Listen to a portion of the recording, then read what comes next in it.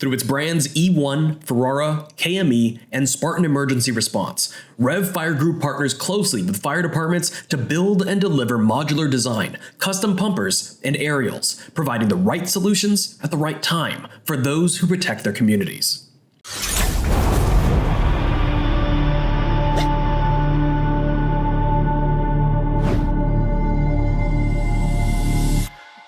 Hi, Chris McClune here with Fire Apparatus and Emergency Equipment. Welcome to this episode of our podcast. Today we're going to be talking about stock rigs.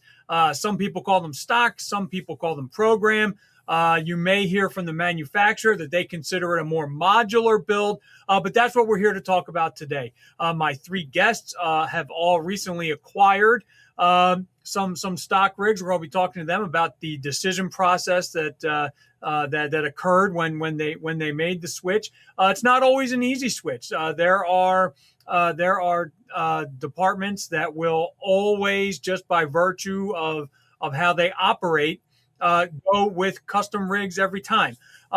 In this case, we have some customers who have said that they can either adapt or that the stock rig as it stands will fit into their operations. We're going to talk about any customizations they may have done, because one thing that comes along with stock rigs, or the stigma of stock rigs, is that you have to buy whatever's placed in front of you, which is not always the case. So, gentlemen, thank you very much for joining me today. With me is Chief Adam Chiles. He is with the White Cloud, Michigan Area Fire Rescue. We have Chief Dan Munsey with San Bernardino County Fire, that's in California. And we have Chief of Training William Andrews with the Chattanooga Fire Department. Again, everyone, thank you very much for joining here. I want this to be a discussion. If you guys end up arguing with each other about the different trucks that you bought, that's fine by me. I'll reel you in whenever we need to. But I want to treat this as a discussion today, not so much an interview. But we do have that roundtable kind of feel. I think that, where we need to begin before we get into the trucks that you bought and some of their features and some of the reasons why you did this or that with them, to talk about why you decided to go with the S1, the S180 or K180 route. And I'm not so much talking about why you chose the Rev Fire Group, which is the company that owns the brands that manufacture S180s and K180s, but more along the lines of why did you decide to go the stock route? So Chief Munsey, I'm going to start with you. What in San Bernardino, because this is not an easy decision to do. It doesn't necessarily mean that it was met with resistance, but at times it can be met with resistance. So why did your department decide to go, in your case, the K180 route? Right. Frankly, ordering the wrong fire engine without input from your labor group can get you fired, right? Literally. It's not an easy decision, but like any other fire district, fire department out there, we've been waiting 3 or 4 years for our custom fire apparatus. We have an apparatus committee composed of our labor, our IFF Local 935, with our mechanics. They do a great job speccing the apparatus. No question about it. We've been a Rev Kovatch KME customer for over just about 30 years, and we've always been proud of their product. But we're also thinking back first 25 years of that. 5 years ago, we can order an engine and receive it within a year. All of a sudden, with COVID, that was no longer the case, and we started having a backlog of fire engines. So for perspective, we're a fairly large fire department. We cover 20,000 square miles. And we're very geographical diverse. We literally have mountains that are almost 12,000 feet. And then we have deserts like Death Valley. And then we have urban cities. So when you're speccing these apparatus and having custom builds, it's almost a necessity for us. The mountains, for instance, are going to have 4-wheel drives. So in the end, though, like any other fire department, our reserve equipment, our fire engines were just past their service life. And we knew we had to do something.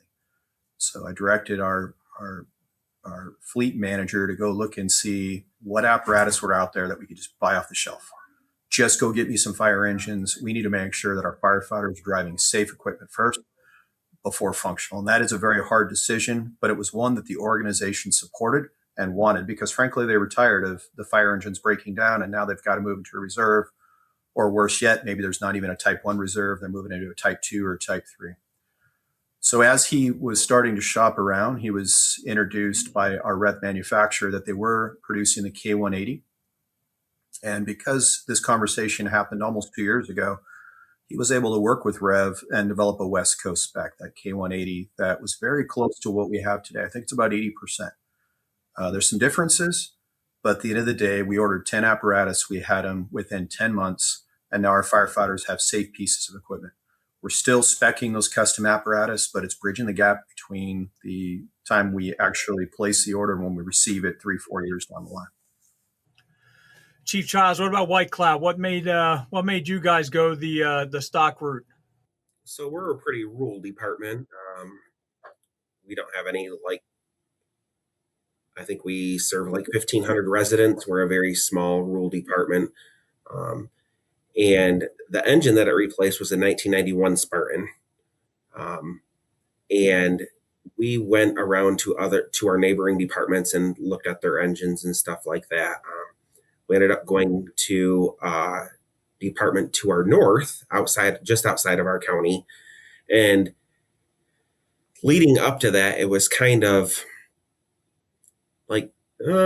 it's okay. I would change this, I would change that. But then when we walked in and looked at the S180 that was at our neighboring department out of county, that was our truck. So we liked all the functionality of it. We liked the way it was set up. And ultimately, that's the one we ended up going with. So, Chief Andrews, how about Chattanooga? We're probably a medium-sized department. We have 430 line personnel in operations and 27 fire companies. So our fleet was aging. We had several custom trucks on order. Went to a conference and met with our dealer and saw the S180 model. Just looking at the trucks and what could we get that pretty much mirrors what we have, our custom trucks. And it was a decent fit for us. We changed some stuff. We did some outfitting at the dealership.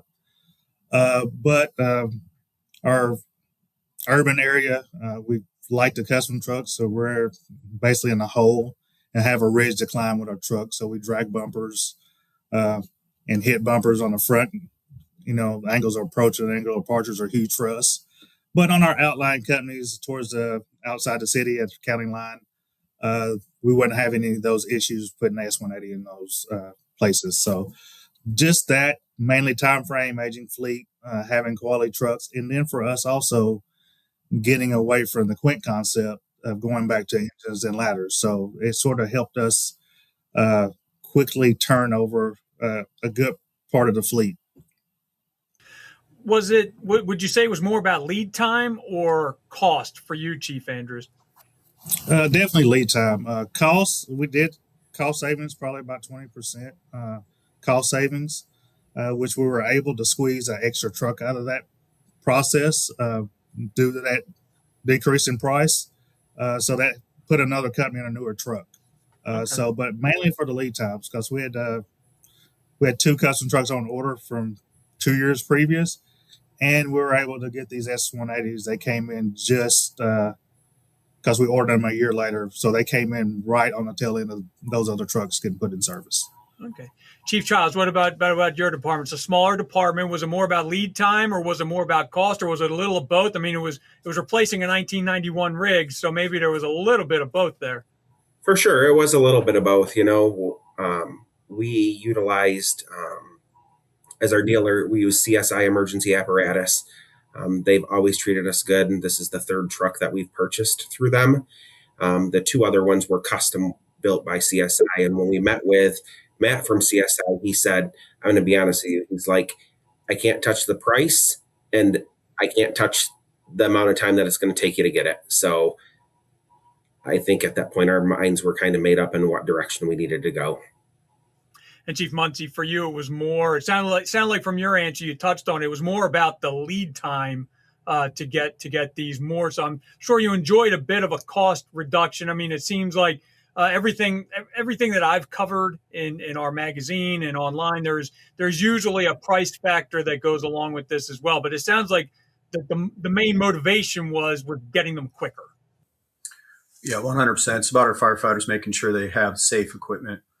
And in this case, as I mentioned, 10 engines in 10 months and about 20% cheaper.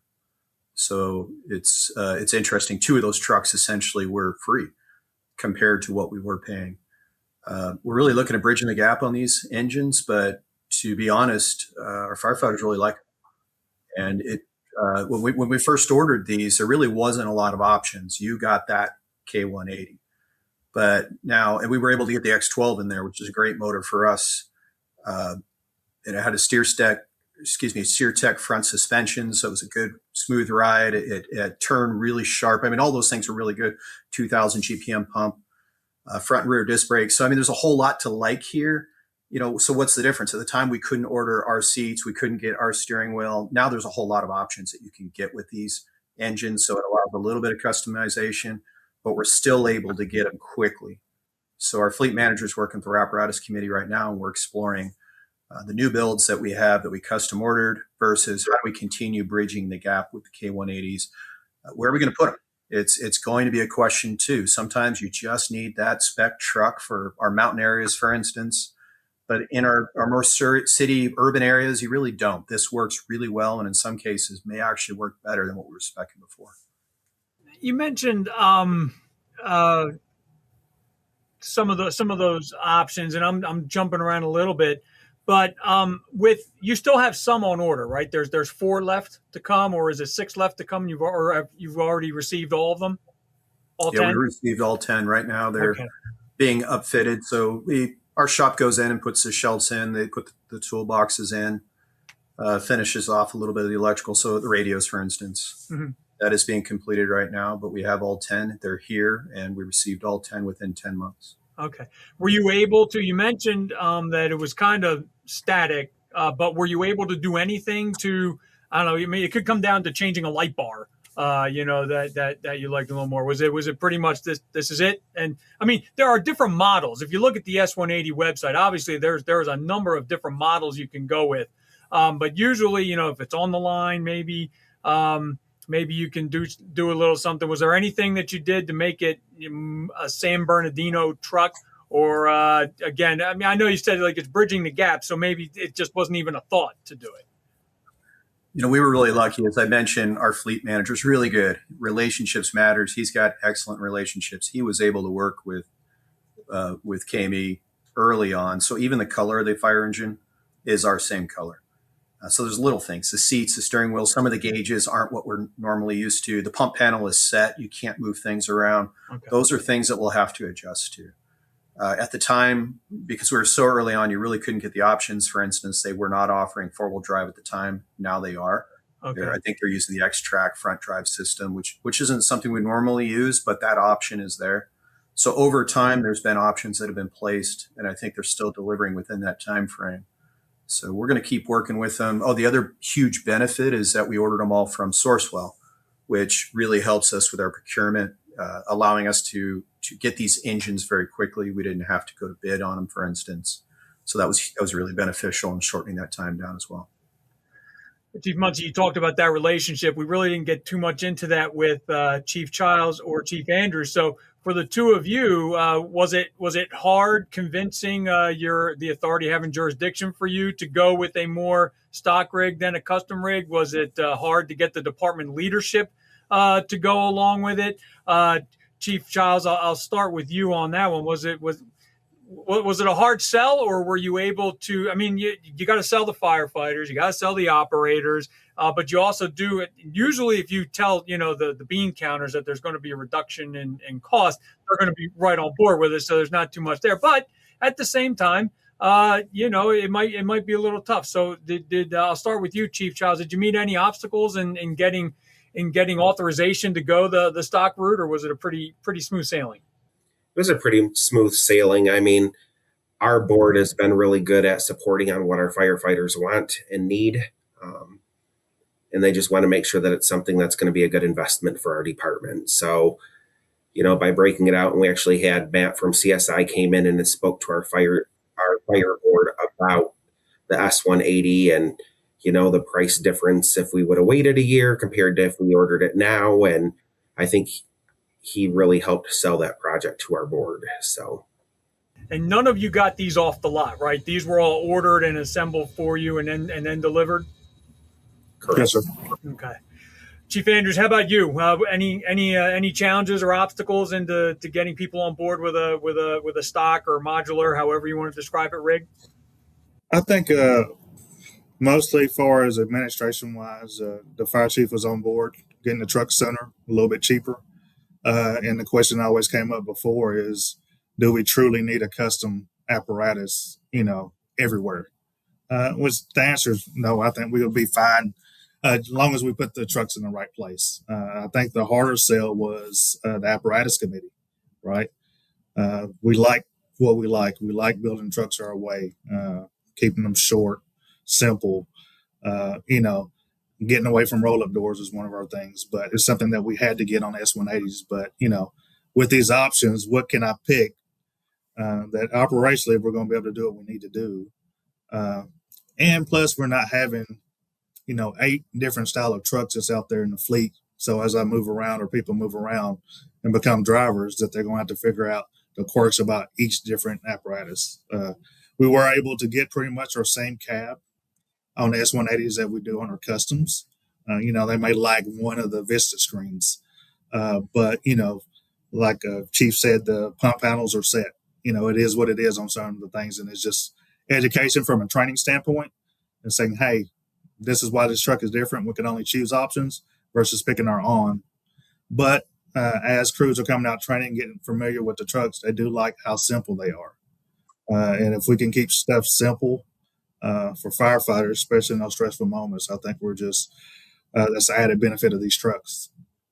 Anything you did to make it a Chattanooga truck specifically? Anything like, everybody's, I live right on the border of Philadelphia, for example. And we know that, we have to carry some adapters because Philly's got its own thread on its, and that's not exactly an apples and apples thing, but, every department kind of has its own thing that is specific to it, operationally. Anything that you need to do to make this a Chattanooga truck?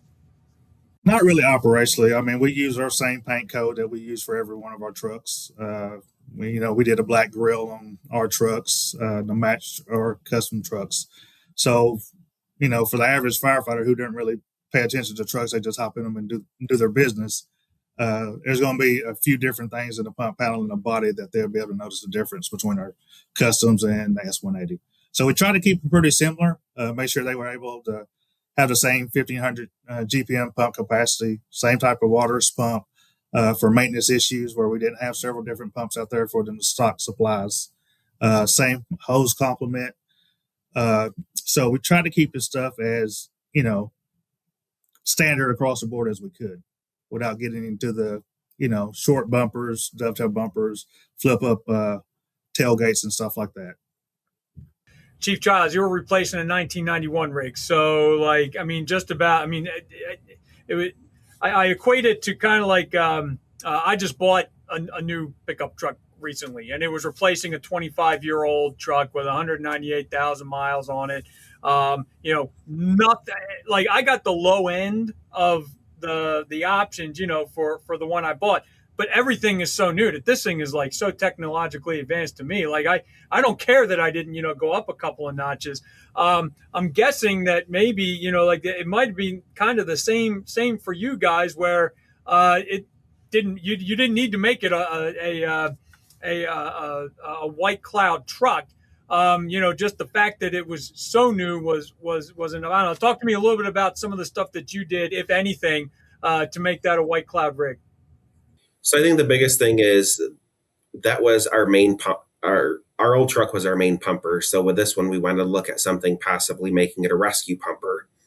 So that's ultimately what we did. Is it's our rescue pumper now. It holds all of our extrication equipment on it.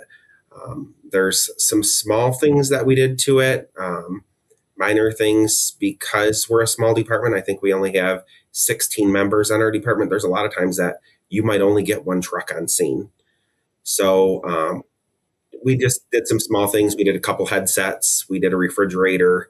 The biggest thing in our department that got everybody excited is our school colors are orange and black. So we have an orange and black fire truck. which is the first in our fleet and will probably be not the last. So yeah, it's kind of decked out in school colors, and yeah. Now, if I remember right, we got a chance to see this at FDIC last year. So that's a top-mounted pump. Talk a little bit about the different options that are out there for the S180s. I mean, that's a specific model. Correct. So we went with a top mount pump. Most of our trucks, besides our tender, our other engine that we have, our secondary engine is a top mount pump. So the committee decided that they like being able to see both sides of the fire. So ultimately, that's what determined why we went with a top mount pump again. Talk a bit about, and I apologize if you mentioned this, but just I'm going to go through all three of you. The truck you bought. Talk to me about that. It's an S180. It's, like we said, there are a million different models. So, talk to me about, the cabin chassis, the pump size, firefighters carry. Just give me some specs that people might be interested in. So we went with a 1,000-gallon tank, 1,500 gallon minute pump. It holds 5, and yeah. Were there any challenges to getting the rescue equipment mounted or anything? You did say that you use it as a rescue pumper. There wasn't. So when it came back from South Dakota, it went to CSI in Grayling, and they did everything for us. They took our tools up there, fitted our tools to the truck, and we didn't run into any issues. Like, they handled it all. Chief Andrews, how about you? Talk about the pump side. If it's an S180, it's going to be a Spartan cab. So, yeah. But pump size, firefighters carried. Yeah, pump size water is 1,500 GPM. Firefighters 5.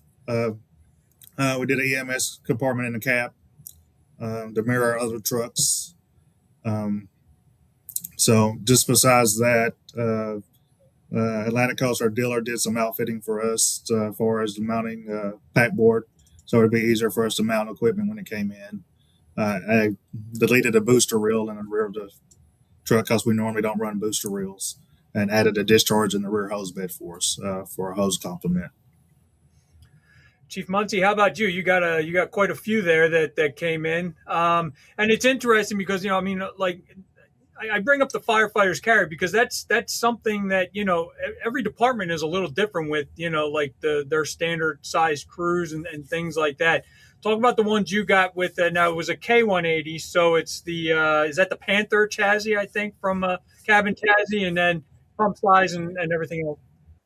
It's a Spartan Panther. It's a 94-inch wide cab. But the most important thing on this fire engine, now we're in the desert, you got to remember this, Southern California, is that overhead AC. And it works awesome, according to firefighters. Apparently, the performance specs says that it can drop the temperature inside the cab 30 degrees in 3 minutes. So that's impressive. And that's probably number one complaint we get in the summer, right? The AC is not working. Take it out of service. Cummins X12, as I mentioned, it's a 500 horsepower motor. We jumped on these because the EPA's taken them away from us. And we just really like this engine. We believe in it. Our mechanics love working on it. It does have a really good front suspension, as I mentioned, with that steer tech. And then the turning radius could easily turn around a cul-de-sac. It's 30 feet end to end. So it's not a long engine. It's not a short engine, but it's got a great turning radius, which is important for a lot of our more urban city areas. The disc brakes front and rear. 2,000-gallon water-less fire pump. Usually we spec them with 1,500 GPM. That was something that just came with this particular model. 500 GPM water tank, which is fine for city areas, not so good for the outlying areas. Foam Pro 2001 foam system, which we currently spec. And then obviously all the safety for our firefighters, the airbags, and it's just a good quality cab. So it's a good engine for us to put in certain stations in San Bernardino. For your department, you mentioned a little bit before the relationships with the municipality and all that stuff. But I mean, I'll start with you, Chief Munsey, but it's a question for all three of you. When you're going to buy a stock rig, does does the makeup of the apparatus purchasing committee have to necessarily be the same that you would have for a custom rig? What are these committees doing for stock rigs that they don't have to do for the custom? Are they just making sure the truck will fit and then signing off on the money, or like what's the difference between a purchasing committee for this and for a custom rig, or is there any difference at all? Well, that's a great question. Our apparatus committee is almost a year-round affair because they're specing not only the Type 1s, but the Type 3s. They're specing trucks. They're specing snowcats. They're specing squads and ambulances, bulldozers. It goes on and on and on. So we're going to keep them engaged. We stay with consistency. In this particular case, these engines were what we were going to get. I mean, there's very few modifications that they made choices on, but where it's critical is the tools and the equipment that the apparatus carrying. We're constantly evaluating. We're making sure that we're thinking about what is going to be the storage space on this apparatus. How are we going to mount this equipment? We want to make sure it's as consistent as possible as the rest of our fleets. There's still a lot of questions for that apparatus committee to consider. And it's really important that labor's weighing into these decisions. They're the ones that are going to be using this fire engine. They're the ones that we need to keep safe. So having their voice up front was very critical to us. Chief Chiles, how about your department? Did the purchasing committee have to function any differently, or was it pretty much the same? I mean, it's been a while since, so I mean, it was how I have to think that this is actually kind of just a more general question, not necessarily germane only to stock rigs, but it had been quite some time since you. I mean. Well, I guess first, this was a 91 rig that you replaced, but were any of your other apparatus replaced in the interim?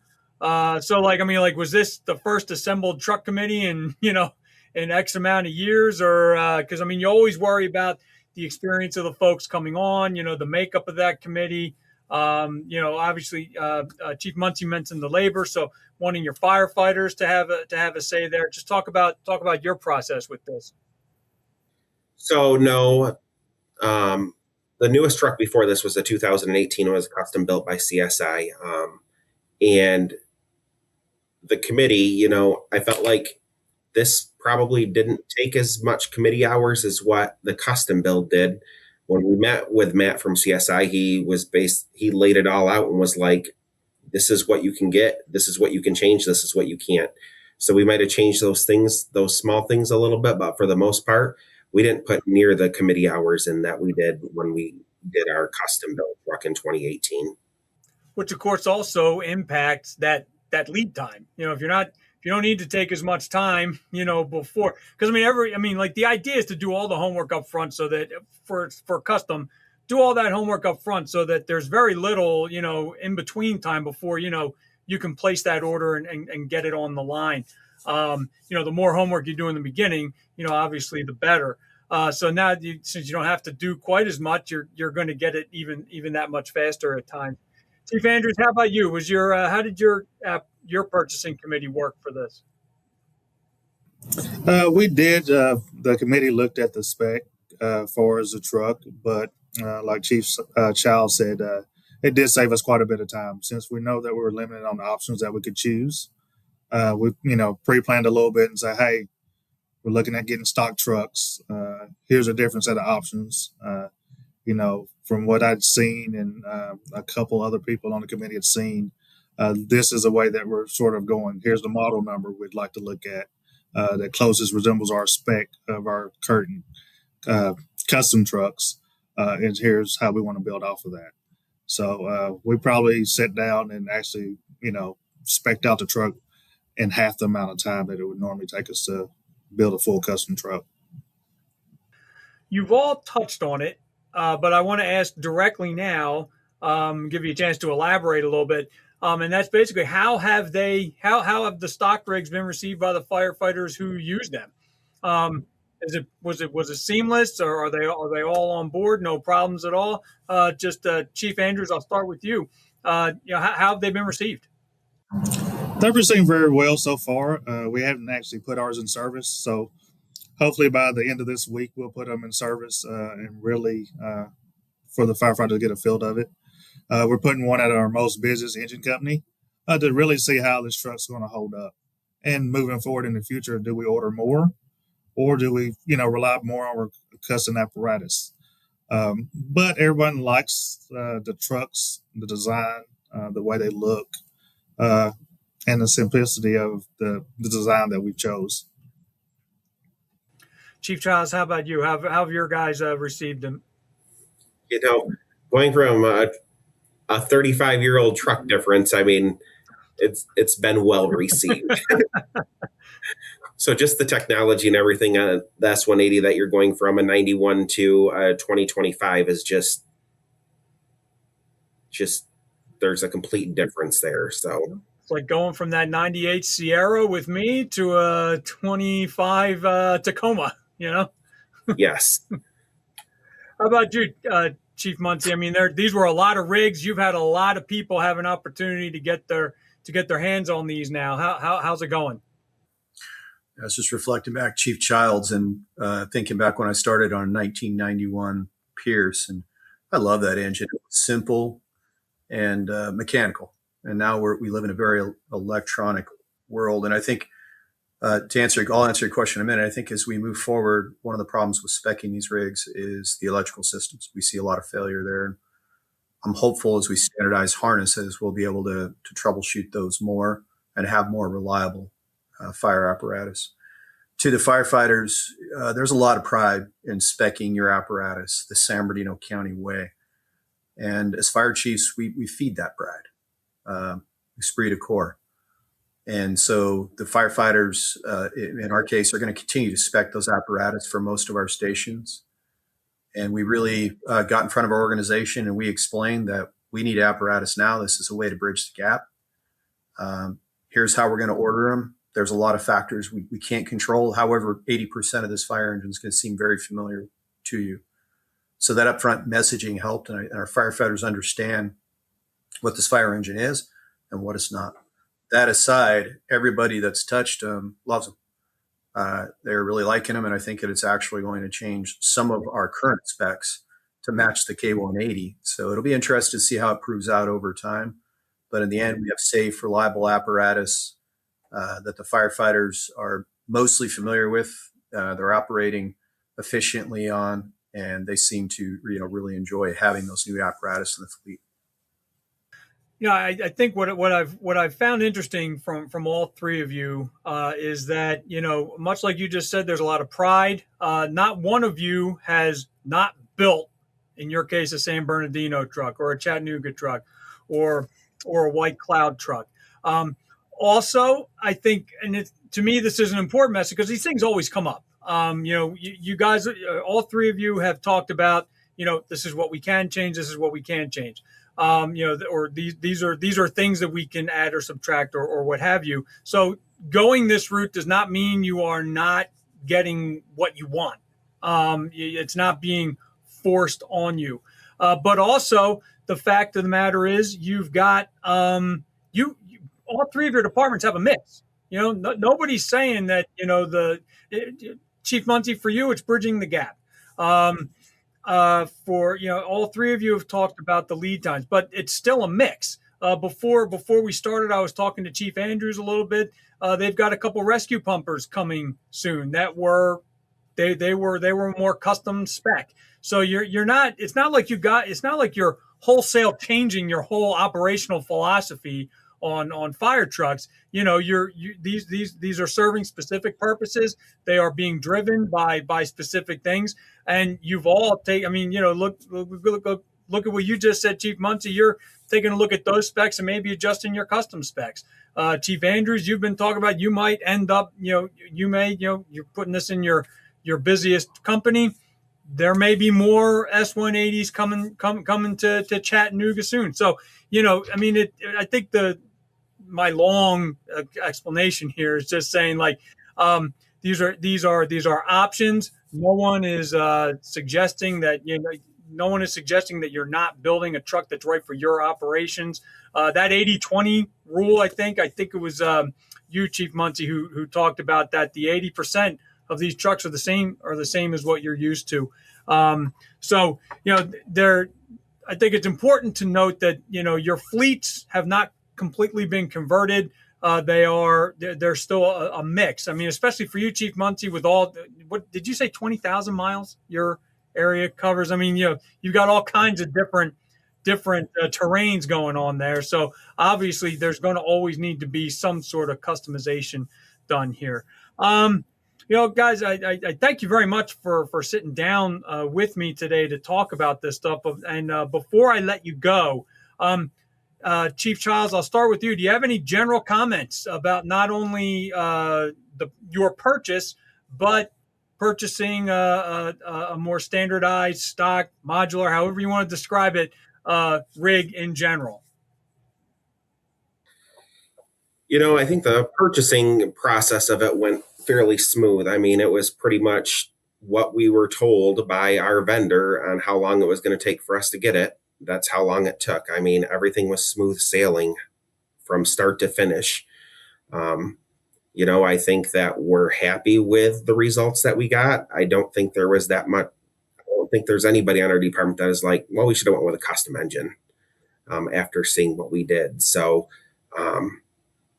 I really don't think there's anything that we would change. And I think that when we get ready to spec our next rig, we'll probably look at the similar way that we went with this one. So, Chief Andrews, how about you before we wrap up? Any general comments, any takeaways, you'd like people to walk away with after listening today?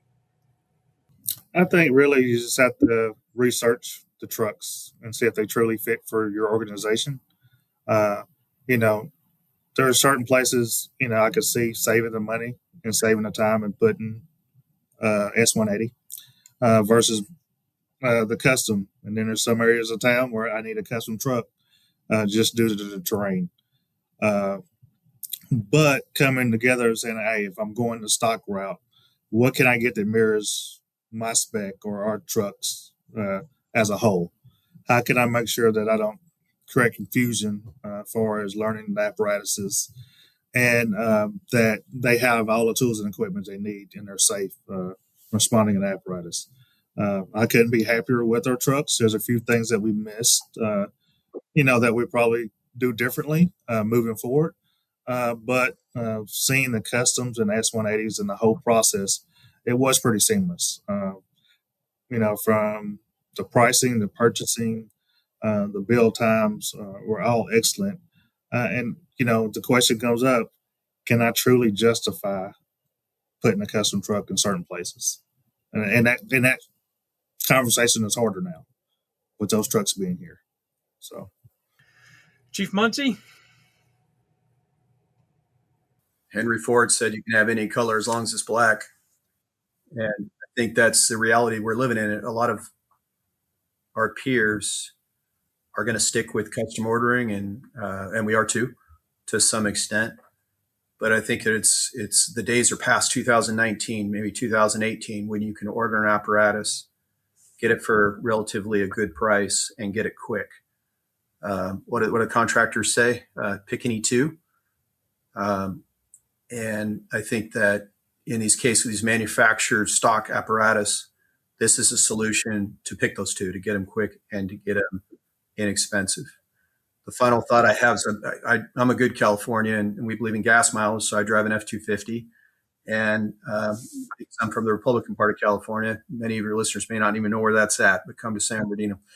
That F-250 that I drive, what percentage of the options do you think that overall build is? And I would say that it's probably less than 80%. I'd say about 90% of that truck's standard compared to any F-250 that's out there. So I think what we're seeing in the apparatus industry is they're reflecting supply chain challenges. I think they're reflecting the workforce. It's hard to hire fabricators. We know that, mechanics. And this is the solution that they're offering. You can spec, and we're going to continue to spec the apparatus that we need. But in the end, it's important to me that we have safe apparatus for our firefighters when we need them. And that as a fire chief, I'm able to answer the citizens' questions on how much are we spending on that new fire engine? It's a lot. Okay, Chiefs. Well, thank you again very much for sitting down with me to talk about this today. It is certainly it's certainly a topic that's gotten a lot of attention over the past couple years with the lead times as we've seen them. So thank you very much for sitting down and talking about your experiences here. All of our podcasts are archived at fireapparatus.com/podcasts. So if you want to see or listen to or view any of our previous podcasts that we've had on, please go there. If you have any topics that we haven't hit on, if you'd like us to figure out a way to delve a little deeper into the stock, modular, program, standard vehicle topic, let me know. I'm at chris.mcloon@clarionevents.com. So again, my thanks to my guest today for sitting down with me. Have a good one, everyone, and stay safe. Thanks again, Chiefs.